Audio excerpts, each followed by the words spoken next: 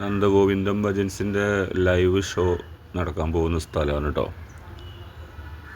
ഇവിടെ ഇപ്പോൾ ഏകദേശം ഒരു 3:30 സമയത്തുണ്ടാവും.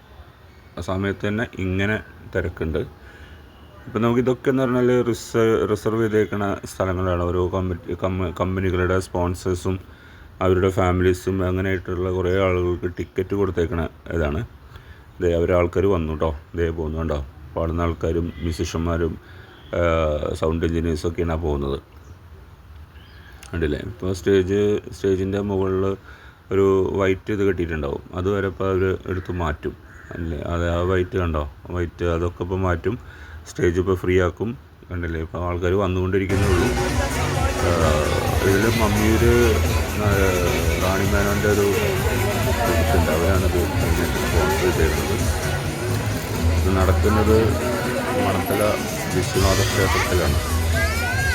നമുക്ക് ഈ ഷോയുടെ സത്യം പറഞ്ഞതിൽ സൂം ചെയ്യുന്നതിൽ പരിധിയുണ്ട്. വളരെ ബുദ്ധിമുട്ടിയിട്ടാണ് നമ്മൾ വീഡിയോസ് എടുത്തത്. ഇതിൻ്റെ മെയിൻ ആൾക്കാർക്ക് പോലും മുന്നിലേക്ക് പോകാൻ പറ്റാത്ത സാഹചര്യമായിരുന്നു. ഈ വീഡിയോ കാണാം.